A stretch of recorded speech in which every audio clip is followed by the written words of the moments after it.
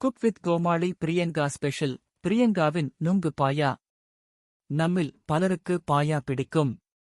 இடியாப்பம் அல்லது இடியாப்பத்துடன் பாயா சேர்த்து சாப்பிட்டால் அடடா, இதன் சுவையை வர்ணிக்கவே முடியாது. நாம் பெரும்பாலும் சிக்கன் அல்லது மட்டன் வைத்து பாயா செய்திருப்போம்.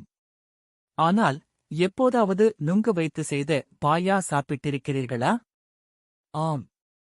குக் வித் கோமாளியில் பிரியங்கா செய்து அசத்திய நுங்கு பாயா செய்வது எப்படி என பார்க்கலாம். நம்மில் பலர் குக் வித் கோமாளியில் செய்யும் பல ரெசிபிகளை வீட்டில் செய்து பார்ப்போம். அந்த வகையில் குக் வித் கோமாளி பிரியங்காவின் நுங்கு பாயா செய்வது எப்படி என இங்கே பார்க்கலாம்.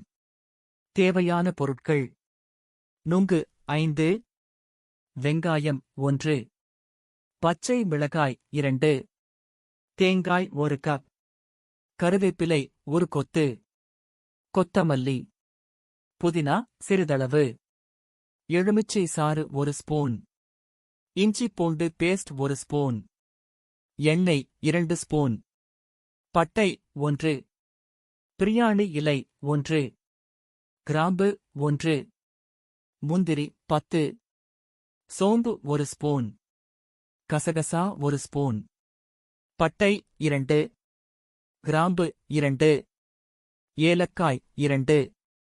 நுங்கு பாயா செய்முறை: முதலில் ஒரு பாத்திரத்தில் தண்ணீரை கொதிக்க வைத்து சிறிது உப்பு சேர்த்து தோலுரித்து நுங்கை வேக வைத்து எடுத்துக்கொள்ளவும்.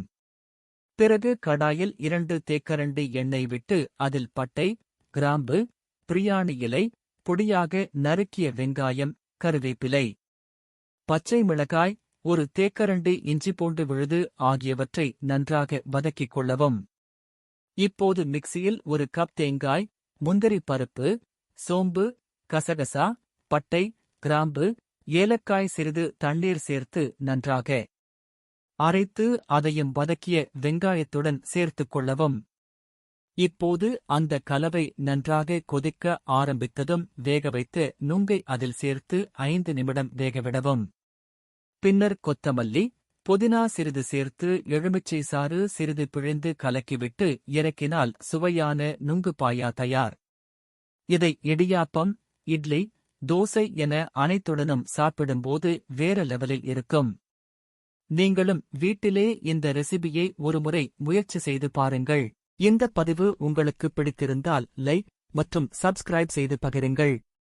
மேலும் இதுபோன்ற தகவல்களுக்கு தொடர்ந்து இணைந்திருங்கள்.